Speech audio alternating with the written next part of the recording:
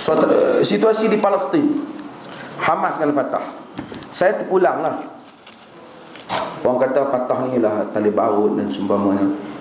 Ya, kita menyokong perjuangan Hamas, dan kita rasa dia lebih setia pada agama dan pada rakyat Palestin.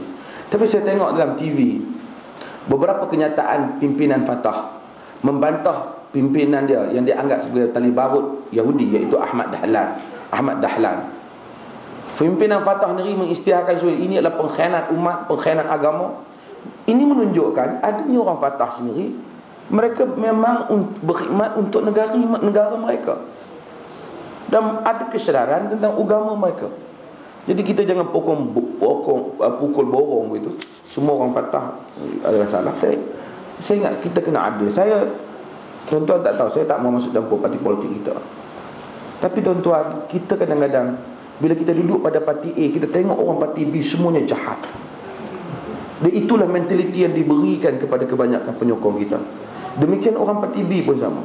Tapi kalau kita pergi berkawan dengan dua-dua parti ni, pimpinan mereka, kita akan dapati kesemua orang ni adalah bahagian-bahagian kebaikan dia. Tuan-tuan cuba tengok, sehingga orang kata jahat macam mana, tapi kita sembang dia, kita tahu dia tak bagus ni, tapi ada sudut yang dia bagus. Adil, wala tabkhasun nasa asya'ahum. Jangan kamu timbang tak adil, jangan kamu jadikan tak betul hak-hak manusia ini. Kan kita kata dia ni langsung tak ada kebaikan, tak boleh percaya, patah habuk pun jangan. Token nombor ekor pun boleh percaya juga kadang-kadang. Ini kan orang Islam, kan?